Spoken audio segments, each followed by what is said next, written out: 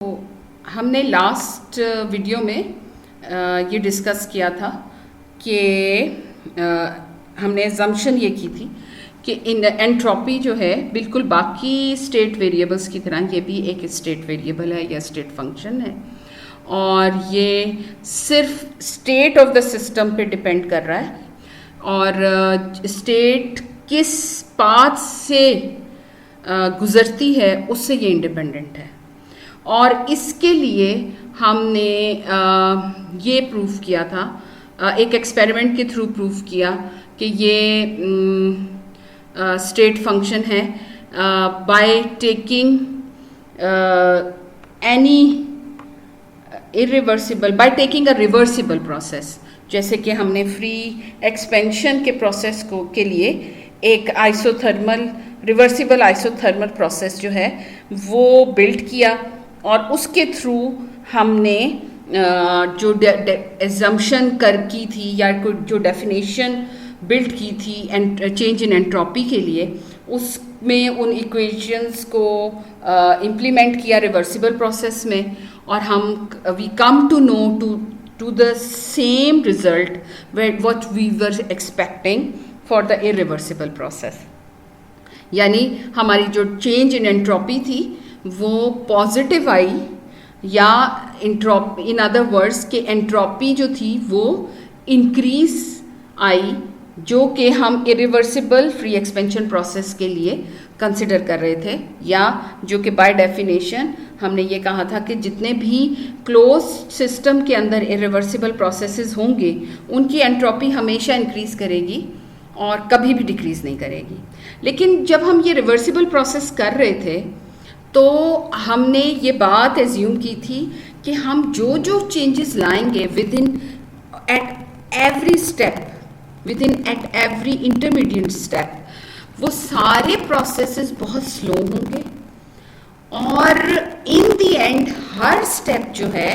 वो equilibrium, thermal equilibrium state पर reach कर जाएगा। क्योंकि प्रोसेस बहुत स्लो होगा तो हर स्टेप उसको टाइम मिलेगा ताकि वो अपने प्रॉपर थर्मल इक्विलिब्रियम पर आ जाए।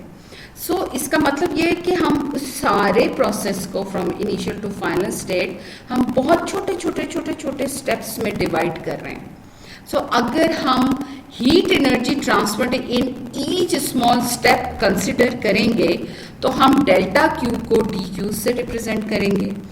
और जो work done on the gas for each step है उसको हम डी डब्ल्यू से रिप्रेजेंट करेंगे और उनकी वजह से डी क्यू और डी डब्ल्यू की वजह से जो इंटरनल एनर्जी में चेंज आ रही है for each step, each single step, उसको हम फिर डी इंटरनल से रिप्रेजेंट करेंगे। तो हमारी फर्स्ट लॉ ऑफ थर्मोडायनेमिक्स की जो इक्वेशन है वो बन जाएगी D E internal is equal to D Q minus D W. Now, what we will do, we will replace dW by PdV and d internal by NCV dt। जैसे कि हम ये d internal का ये एक्सप्रेशन हम पहले calculate कर चुके हैं पिछले चैप्टर में, that it is always equal to NCV into dt। Now, substituting these values in the above expression, we can calculate the value of dq for heat, meaning to say the heat transfer during each step equals to pdv plus ncv dt। अच्छा, अब हम ये कर सकते हैं कि by state equation we can substitute the value of p in our first term on the right hand side as p from the state equation p will be equal to nRT over v।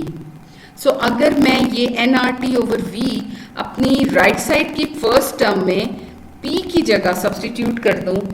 और t से divide कर दूं overall पूरी equation को, तो मेरा expression बन जाएगा dq over capital T is equal to nr S T get cancel dv over v plus nr dt over capital T। अब आप देखें कि ये हमने किया क्यों, हमने ये इसलिए किया है कि हमारी लेफ्ट हैंड साइड पर बाय डेफिनेशन जो एंट्रोपी की इक्वेशन बन रही है या एंट्रोपी की फॉर्म बन रही है हम वो लिख सकें। Now let's integrate this expression, this whole equation from initial to final state. Then we will get integral I to f dq over capital T is equal to integral I to f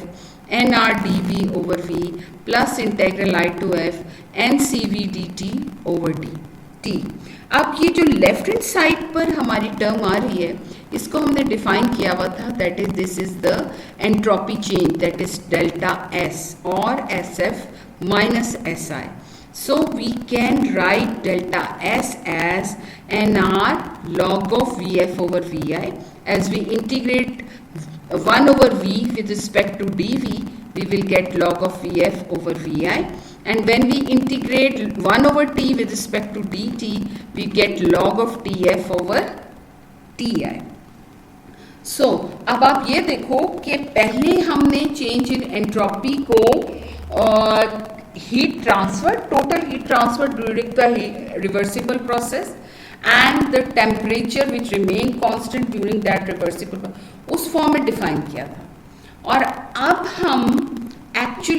हम entropy चूंकि खुद भी एक state function है, हमने इसको अब दो डिफरेंट स्टेट फंक्शंस की फॉर्म में डिफाइन कर दिया है, यानी वॉल्यूम एंड टेम्परेचर. यानी एक स्टेट फंक्शन दो डिफरेंट स्टेट फंक्शंस के फॉर्म में भी डिफाइन किया जा सकता है. और इससे हमें फ़ायदा क्या होगा कि हमें अगर हमारे पास कोई इरिवर्सिबल प्रोसेस है जिसकी हम स्टेप वाइज हम सारे स्टेप्स के बारे में नहीं जानते, हमारे पास कोई पाथ नहीं है, कोई ट्रैक नहीं है, तो फिर हम क्या कर सकते हैं कि हम change in entropy through the state variables, volume state variable and temperature state variable for those two initial and final states, हम उनको इस्तेमाल करते हुए भी एंट्रोपी की चेंज को कैलकुलेट कर सकते हैं. सो आई होप सो कि आप लोगों को कॉन्सेप्ट क्लियर हुआ होगा. और आई विल रिक्वेस्ट कि आप ये जो प्रॉब्लम सॉल्विंग्स हैं